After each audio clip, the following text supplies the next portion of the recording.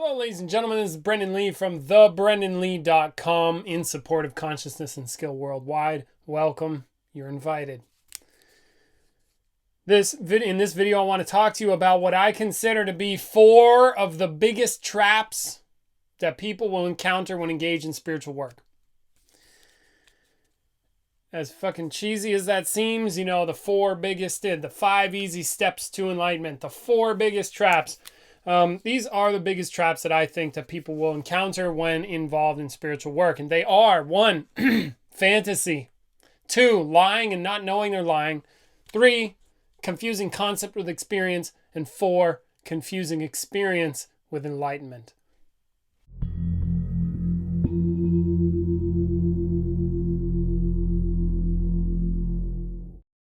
All right, so let me talk to you about some of this stuff. So the biggest traps now... Let's see, background. Regarding spiritual work, you see, I'm definitely not religious. And I don't call myself spiritual, although other people may call me spiritual, but it's like I don't consider myself in that light. Although perhaps I'm spiritual in that it's like matters of the spirit, but it's not like spiritual, like the spirits are guiding me or something like that. I don't even know if this is really necessary for me to go into the background. So fantasy, first trap that I see. First main trap is, from what I can tell, when in the spiritual worlds that I've entered into, as if the worlds, the communities, the people who you would call spiritual tend to engage in what I consider to be an extraordinary amount of fantasy, aka dogma, beliefs, bullshit. Fantasy. That's like thinking a thought and wishing that thought were the truth when it is not the truth and not related to the truth at all. It is a fantasy. Like, if you see, I don't know, you look around, just look around. You can't miss it. I don't know what else to tell you there. There's people that believe that to get enlightened, you need to see a blue pearl. I've heard tell. Or I heard about a group of people via my teacher and an ex-apprentice, a guy who was an apprentice with me, his ex-wife was saying that she went to a spiritual community where enlightenment was the goal, and she had, to what I am certain, in the sense that, I heard this story from a reputable source, she had an enlightenment experience, but the teachers there told her that she couldn't do that. And I just put out a video about that with my teacher talking about this. It's like, the whole point of you going there is to get enlightened. And then these people are saying, no, you can't do that. Only teachers can get enlightened. What? Or talking about a guy who is into martial arts and then also enlightenment. And he talks about enlightenment as becoming a body of light. I am like, this is the biggest load of shit I've heard today. Okay, so that's enlightenment. Or there's other stuff. It's like, okay, they believe in spirits, or they believe in... Now, I'm not saying spirits are bullshit. I'm just saying they might believe in the fantasy of spirits. They might have fantasies about spirits, or fairies, or sacred geometry, or applying meaning to stuff that it's is not very ungrounded. Or even in stuff that's grounded, there's still fantasy. Like even in martial arts, which is supposed to be about fighting. That's martial arts, is you're destroying another body. And in the martial arts, I can tell you this for sure, is full of fantasy. It's full of crap. It is not real. It's not based on what we call real. So...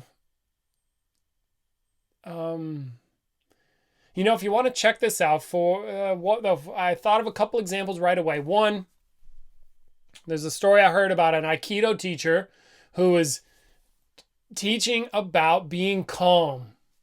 And one of his students was raving, "Oh, I'm so calm. I feel it. I'm calm." And, on and on and on about how calm they were. So what's he do? He goes up and just slaps her. Boom!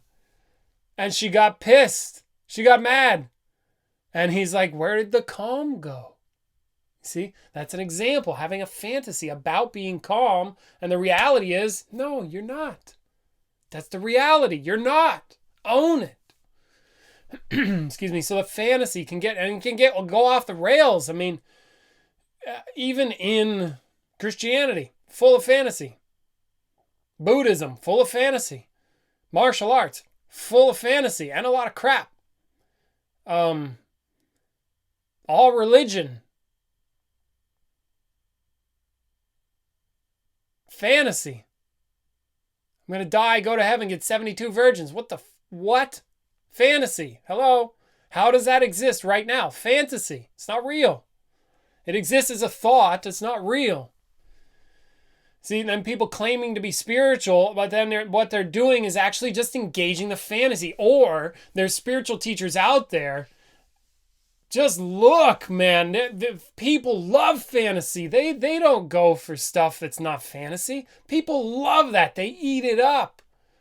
Like I hang out with a guy who is literally a genius like Mozart for martial arts. He has very few students.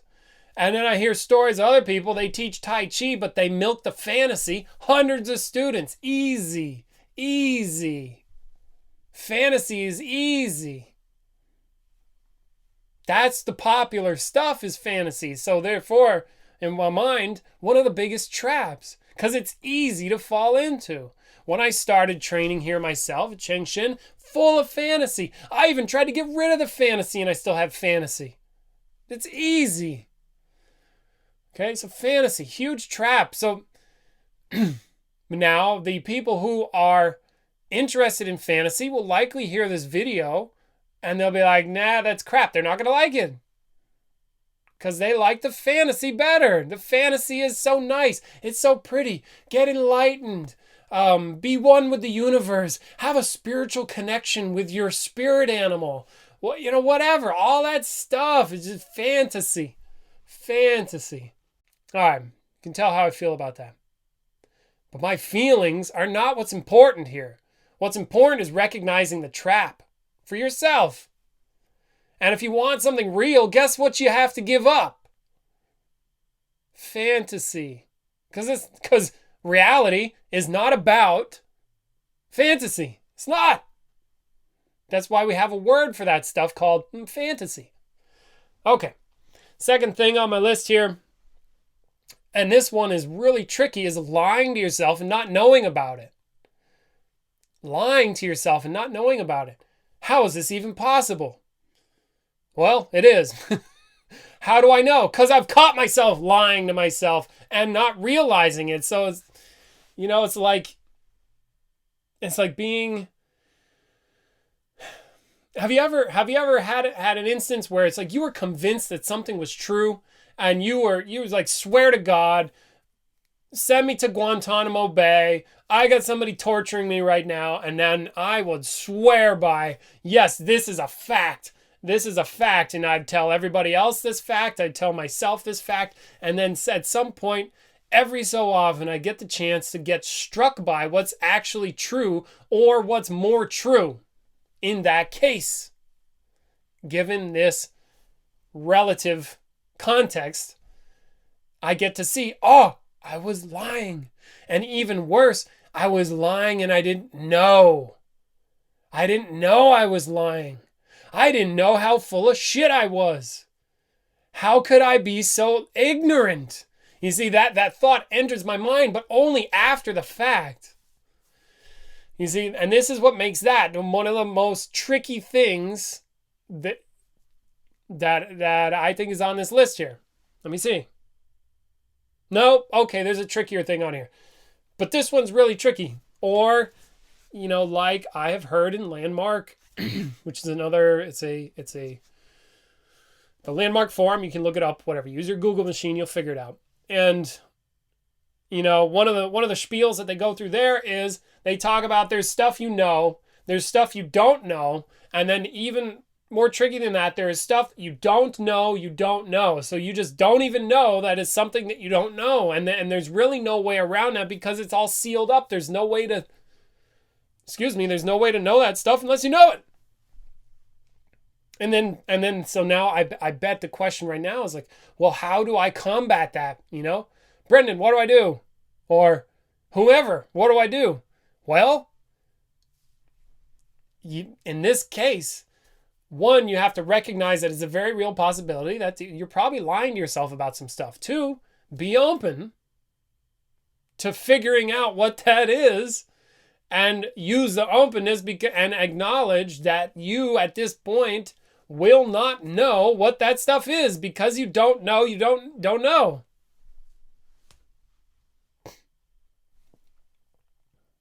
And that's really the best you can do. And pay attention, be honest. See, one, you be open to the possibility that there is stuff you really don't even know that you're not knowing right now. Really, really there is. If you can open up to that, then the second thing to do is to exercise the principle of honesty in like a no holds barred manner and be like, all right, I could be lying to myself. What's the truth here? What's the real truth? What's really going on? What is really happening? And get what's true, whatever that is.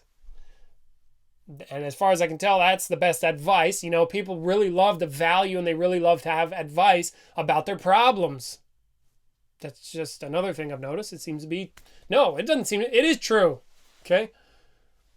Why? How do I know that? Because people ask me advice a lot. And I can tell that they want advice about how to live or what to do or what do I do or how do I handle this problem.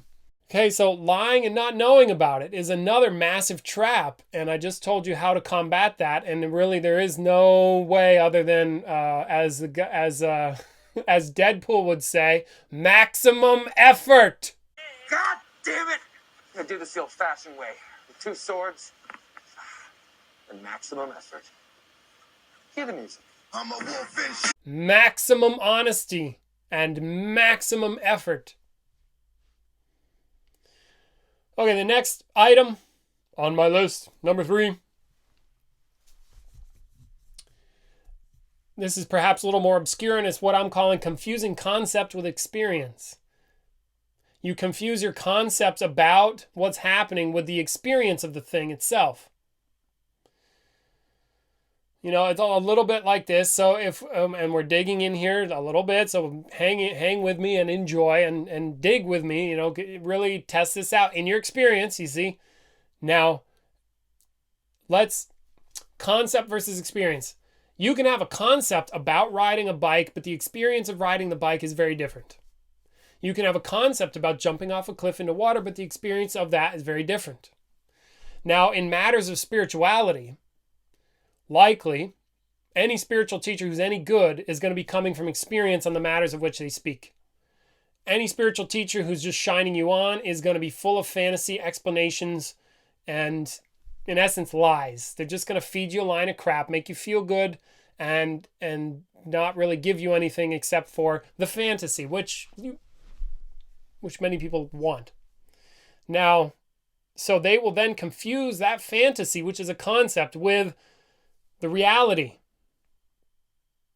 Now, I may have gone off track there, so backing up, when I mentioned the bicycle, there's a concept of riding a bicycle and then actually riding the bike. There's a concept of jumping in the water and there's actually jumping in the water.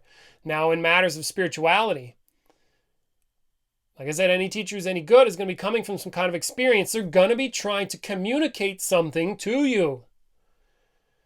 And if they're good, they'll be coming from a genuine experience of the matter. Now, your job in that case is to get the experience, not the concepts about it. You get the experience, not the concepts. Now, in certain matters, it is very tricky sometimes to discern the difference between a concept and an actual experience. Since the mind can be very powerful at generating concepts that masquerade as experience, you may not be able to tell the difference. I have heard another story about a group of people that want to become enlightened, and this teacher says that you have to see a blue pearl. That you know you're enlightened because you see the blue pearl. Now, guess what people do? They see the blue pearl. They see it. See how strong that is? Of course they can see it. They've got somebody they believe in telling them that's what they need to do to get enlightened, and they're trying their ass off. What do you think the mind is going to do? It's going to give them a blue pearl. See, so then what is that? That's a concept masquerading as something, and in this case, it's way down the line into fantasy. A blue pearl. So that's like confusing concept with an experience. Or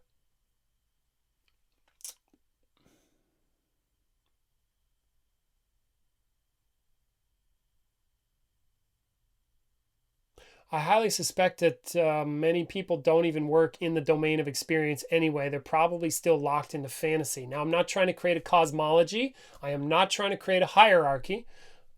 I'm just moving our thoughts, our concepts, or the concepts that you're having while you're watching this video, in order of least real to most real. Okay, so but we're making that up. That's a concept, okay? So follow me here. Now, the last item that I wrote on my list is, well, here you go. Now is confusing experience for enlightenment. So in spiritual terms, spirituality. As far as I can tell, the end-all, be-all of spirituality usually is something we talk about. We call it enlightenment. Okay, so when we talk about something called enlightenment, you likely have a concept. Okay, good. You got a concept. Good. Now, probably by far the most tricky thing is confusing experience itself with enlightenment. Confusing experience itself with enlightenment. People do that too. I'm familiar. Okay? You confuse experience with enlightenment.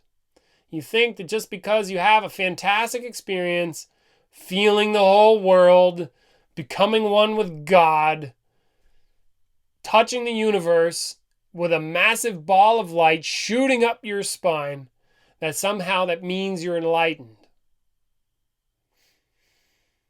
You think that because you feel ultimate love through the universe to the end of the Big Bang, that you're enlightened. No. You're only enlightened if you're enlightened. So I see that as a trap. I see that as a trap. That's one of the biggest traps. Now, I've said it. Now, do you have a concept about what I've said? Yeah. Do you have an experience of what I've said? Likely not. Unless you have. See, so then that in the last one here, confusing experience with enlightenment, all I want you to do is open up to the possibility, then, what is enlightenment? If people can confuse experience itself with enlightenment, then what the hell is that? All right, now I know that's a digression because what I'm talking about traps, so that is a digression. And I want to invite you to open up to that possibility. Like, then what the heck are we talking about? So when I say experience, what I mean is your perceptive experience, sight, sound, taste, smell, the whole shebang. This whole thing. Right now, you are watching a video on a device of some kind. There's a flat screen, and you are making sense out of all this data. You actually see a person over here, and there's meaning about this person or what you're seeing and hearing to you, and you're thinking about what you're seeing. And you're also seeing, and you can feel your body in space. Well, now that I've said it, you probably feel it more. You can hear, and that hearing has meaning, but that's meaning again. Smell. So like, if you don't have your senses, you got nothing. Nothing you would recognize. Okay, so experience. People confuse experience itself with enlightenment. So if that's the case, and if that's true, what is enlightenment? Okay? So that's what I've got for you on some traps in the spiritual world. Stuff to look out for. And if you want to be real, this stuff you need to confront. If you want to enjoy the fantasy, then please be my guest. Enjoy the fantasy. Just, you're going to die either way, and you got nothing else to do. So you're going to do something. Okay? So that's what I have for you. I hope this has been useful. If you want to make it more useful, then I highly recommend adhering to the principle of honesty with yourself, others, but mainly with yourself. And be honest with yourself about what you're doing. You may be engaged in fantasy. If you are, fine, tell the truth about it. If you're thinking you're doing something that you're not, don't lie about that. But again, this is only a suggestion. You're going to do what you want to do. I am not here to tell you how to live. I'm only here to invite you to more stuff than what you've already been exposed to, or not. Hope this has been useful. Thank you very much for watching. Brendan Lee from thebrendonlee.com in support of your consciousness and skill worldwide. Take care.